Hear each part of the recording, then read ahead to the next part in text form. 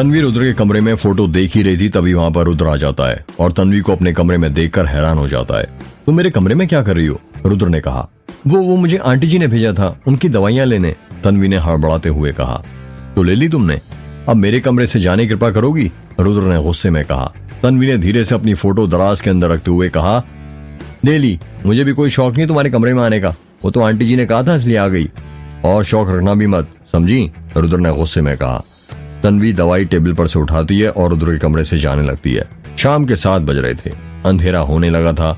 माखनलाल और उसके साथी अभी तक उस मरे हुए भिखारी के बारे में पता लगा रहे थे। वो लोग देवरी गांव में थे, तभी वहां से एक बूढ़ा निकलता है। माखनलाल उसे रोकते हुए कहता है, अरे दादा, इसको देखा है क्या कहीं? माखनलाल ने भिखारी की फोटो दिखाते हुए कहा। उस बूढ़े ने चश्मा पहना हुआ था।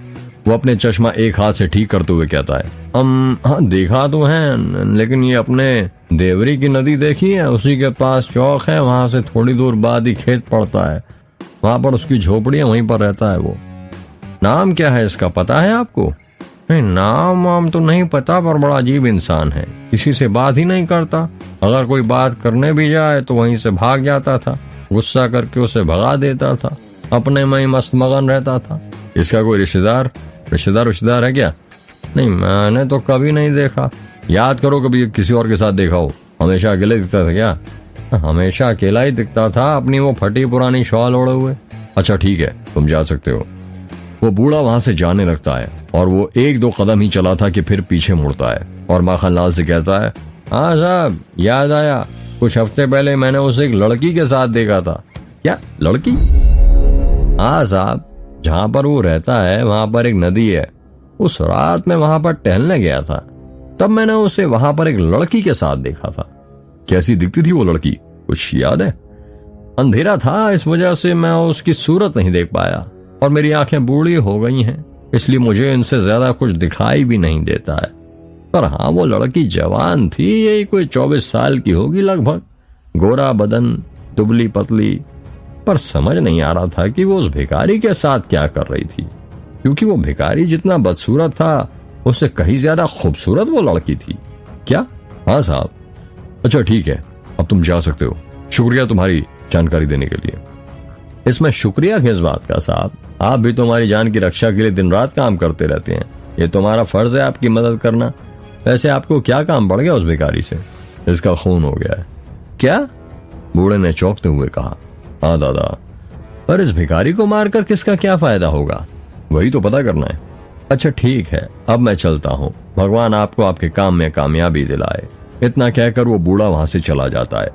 माखनलाल अपनी जेब में से फोन निकालता है और अजय को कॉल करता है। Hello sir. हाँ माखनलाल बोलो।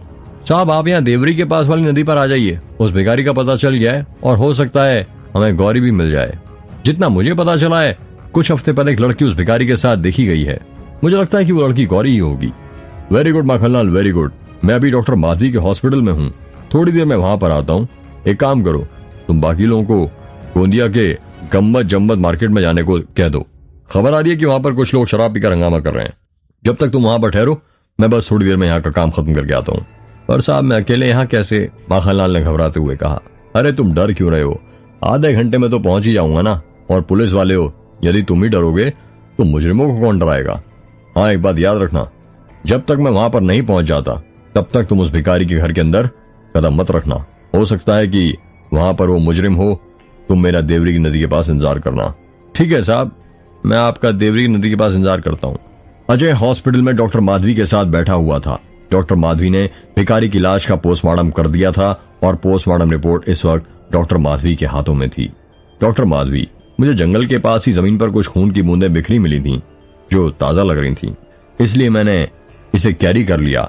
आप इसका ब्लड ग्रुप चेक कर लीजिएगा और पता लगाइएगा क्या इसका खून भिखारी के खून से मैच करता है या फिर हाथापाई में मुजरिम को चोट लग गई हो और ये उसका खून हो। ये खून भिखारी के खून से मैच करे या मुजरिम के, वो थोड़ी देर में पता चल जाएगा। एक बात जो मैं आपको भी बताने वाली हूँ, उसे सुनकर आप शॉक्ड हो जाएंगे। ऐसी कौन सी बात पता चल गई आपको? अक्सर हम पुलिस वाले लोगों को शॉक करते हैं, अब डॉक्टर भी पुलिस वालों को भी शॉक करने लगेंगे क्या? क्या करें, बात ही कुछ ऐसी पता चली है। इस भिखारी की पोस्टमार्टम रिपोर्ट में इसकी बॉडी पर खरोंच के एक भी निशान नहीं मिले थे।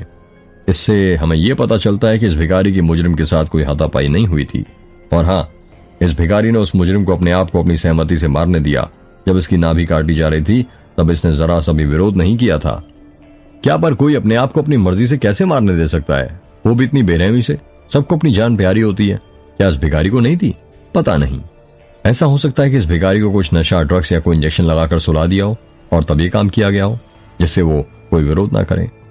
अगर इस भिखारी को कोई सा इंजेक्शन दिया होता या ड्रग्स दिया होता तो उसकी पोस्टमार्टम रिपोर्ट में जरूर पता चल जाता, पर उसकी बॉडी के अंदर कोई सा ड्रग्स या किसी नशे के अणु नहीं मिले हैं क्या? अजय ने हैरानी के साथ कहा।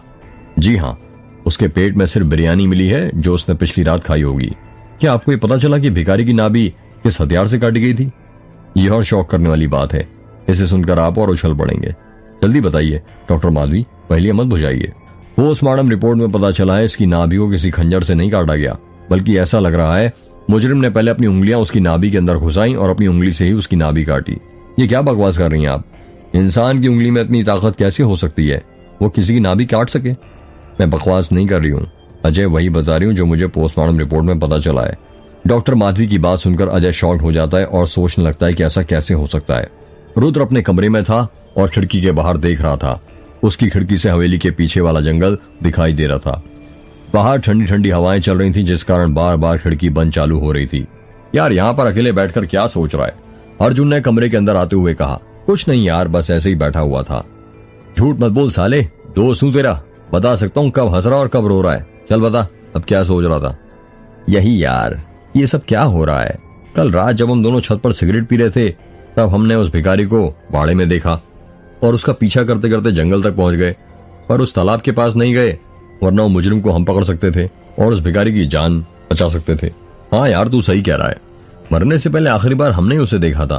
पर यार, कोई उस भिखारी को क्यों मारना चाहेगा?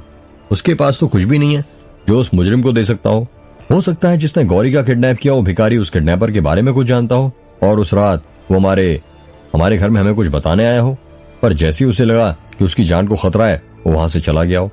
हाँ यार, ये हो सकता है, पर वो किडनैपर उसकी नाभि गायब करके क्या करना चाहता था और हमें क्या दिखाना चाहता था? पता नहीं यार, ये बात तो मुझे कंफ्यूज कर रही है। पता नहीं वो मुजरिम कब पकड़ा जाएगा और कब हमें सच्चाई का पता चलेगा। रात के 8 बज रहे थे और माखनलाल देवरी की नदी के पास खड़े होकर अजय के आने का इंतजार कर रहा था। अंधेरा बढ़ने लगा था। अंधेरे के साथ ही माखनलाल का डर भी बढ़ता जा रहा था। नदी के पास ही जंगल था जिसमें बहुत सारे पेड़ लगे थे। शायद वो जरा भी हिलते थे तो लगता था जैसे कोई फुसफुसा रहा हो। माखनलाल को अजय को फोन के लिए बहुत वक्त हो गया था, पर अजय अभी तक नहीं आया था, इसलिए वो सोचता है साहब को कॉल कर लेना चाहिए। माखनलाल अपनी जेब में से मोबाइल निकालता है और अजय को कॉल करने लगता है, पर अजय का कॉल नहीं लगता। माखनलाल देखता है उसके मोबाइल में नेटवर्क नहीं आ रहा था। अरे ये क्या हो गया, जब से तो नेटवर्क था एकदम से गायब हो गया, माखनलाल ने खुद से कहा। माखनलाल अपने मोबाइल में नेटवर्क ढूंढने लगता है। माखनलाल को पता ही नहीं चलता कि वो कब अपने मोबाइल में नेटवर्क ढूंढते ढूंढते नदी से दूर चला जाता है और जंगल की तरफ आ पहुंचता है। माखनलाल अपना हाथ ऊंचा करके अपने मोबाइल में नेटवर्क ढूंढ ही रहा था कि तभी नीचे पड़ी झाड़ी से उसका पैर टकरा जाता है और वो लड़खड़ाते हुए नीचे गिर जाता है। नीचे गिरने के कारण उसके हाथ से एक मोबाइल छूटकर दूर जाकर गिरता है। अरे ये क्या हो गया, अब इतने अंधेरे में अपना मोबाइल कैसे ढूंढूं? माखनलाल ने खुद से कहा। माखनलाल खड़ा होता है और जमीन पर अपना मोबाइल ढूंढने लग जाता है। जंगल में अंधेरा ज्यादा था जिस कारण उसके समझ में नहीं आ रहा था कि उसका मोबाइल कहां पर गिरा था। माखनलाल नीचे बैठता है और झाड़ियों को मिट्टी को हटाते हटाते अपना मोबाइल ढूंढने लगता है। जमीन की मिट्टी मिली थी जिस कारण उसके हाथ मिट्टी में भर जाते हैं। माखनलाल अपना मोबाइल ढूंढ ही रहा था कि तभी उसे लगता है जैसे किसी ने पीछे से उसके कंधे पर हाथ रखा। माखनलाल धीरे धीरे पीछे पलटता है और पीछे मुड़कर देखता है। जब वो पीछे मुड़ता है तो उसे कोई दिखाई नहीं देता। माखनलाल घबरा जाता है और सोचने लगता है मुझे ऐसा क्यों लगा था जैसे किसी ने मेरे कंधों पर हाथ रखा। थोड़ी देर बाद माखनलाल फिर अपना मोबाइल ढूंढने लगता है। ये मोबाइल यहीं पर तो गिरा था, माखनलाल ने खुद से कहा। माखनलाल अपने हाथों को जमीन पर यहाँ वहां फेरते हुए अपना मोबाइल ढूंढ ही रहा था कि फिर से उसे लगता है जैसे किसी ने उसके कंधों पर हाथ रखा। वो झट से अपना हाथ अपने कंधों पर रखता है और उस हाथ को पकड़ता है जो उसके कंधों पर था। माखनलाल घबरा जाता है और ये सोचकर कि इस घने जंगल में उसके कंधे पर किसका हाथ है, माखनलाल पूरी तरह पसीने से भीग जाता है। माखनलाल धीरे धीरे अपनी मुंडी पीछे घुमाता है और देखता है। जब वो पीछे पलटता है तो देखता है वहां पर अजय खड़ा था। माखनलाल, तुम यहाँ पर क्या कर रहे हो और तुम्हारा फोन कहाँ है? मैं कब से ट्राई कर रहा हूँ, वो लग क्यों नहीं रहा है? साहब, अब आपने ही तो मुझे डरा दिया था। वो मेरा मोबाइल वहां पर गिर गया था, उसे ही ढूंढ रहा हूँ जब से। अच्छा चलो, मैं भी तुम्हारी मदद करता हूँ। अजय और माखनलाल मोबाइल ढूंढने लग जाते हैं और थोड़ी देर में माखनलाल का मोबाइल मिल जाता है। अब चलें उस भिखारी के घर, उस मुजरिम को भी तो पकड़ना है, अजय ने कहा। हाँ चलिए साहब। माखनलाल और अजय वापस नदी की ओर जाने लगते हैं। तभी अजय कहता है, तुम्हें क्या लगता है माखनलाल, मुजरिम ने उस भिखारी को क्यों मारा होगा? पता नहीं साहब। मैं बताऊं? हाँ बताइए ना। मुक्ति दिलाने के लिए, अजय ने धीरे से कहा। क्या मुक्ति? पर ये मुक्ति क्या होती है? तुम धीरे धीरे खुद समझ जाओगे माखनलाल की मुक्ति क्या होती है। साहब ये आप आज कैसी बातें कर रहे हैं? चलो ये बताओ माखनलाल, उस पीपल के पेड़ के नीचे 6 नींबू क्या कर रहे थे? पता नहीं साहब। मैं बताता हूँ। गौरी ने उन 6 नींबू पर काला जादू किया हुआ था। क्या? माखनलाल ने चौंकते हुए कहा। हाँ माखनलाल, गौरी ने सिर्फ 6 नींबू लिए क्योंकि रुद्र के घर में सिर्फ 6 सदस्य हैं और वो उनसे बदला लेना चाहती है। पर किस बात का? यही तो तुम्हें पता करना है माखनलाल। तुम्हें मतलब साहब, आप भी तो मेरे साथ यह पता करेंगे ना? नहीं माखनलाल, मैं तुम्हें बस दिशा दिखाऊंगा, मंजिल तक तुम्हें खुद पहुंचना होगा। पर क्यों साहब? बस ऐसे ही। तुम्हें पता है गौरी एक डायन है।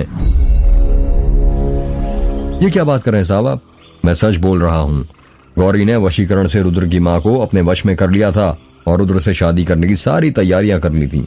फिर उसने शादी क्यों नहीं की? शादी के मंडप से भाग क्यों गई? वो इसलिए क्योंकि वासना के कारण वो भूल गई थी कि डायन कभी शादी नहीं कर सकती, वरना उसकी शक्तियां खत्म हो जाती। ये आप आज कैसी बातें कर रहे हैं साहब? आप मुझे डरा रहे हैं ना ऐसी बात करके? नहीं माखनलाल, मुझ पर भरोसा करो, मैं सच बोल रहा हूँ।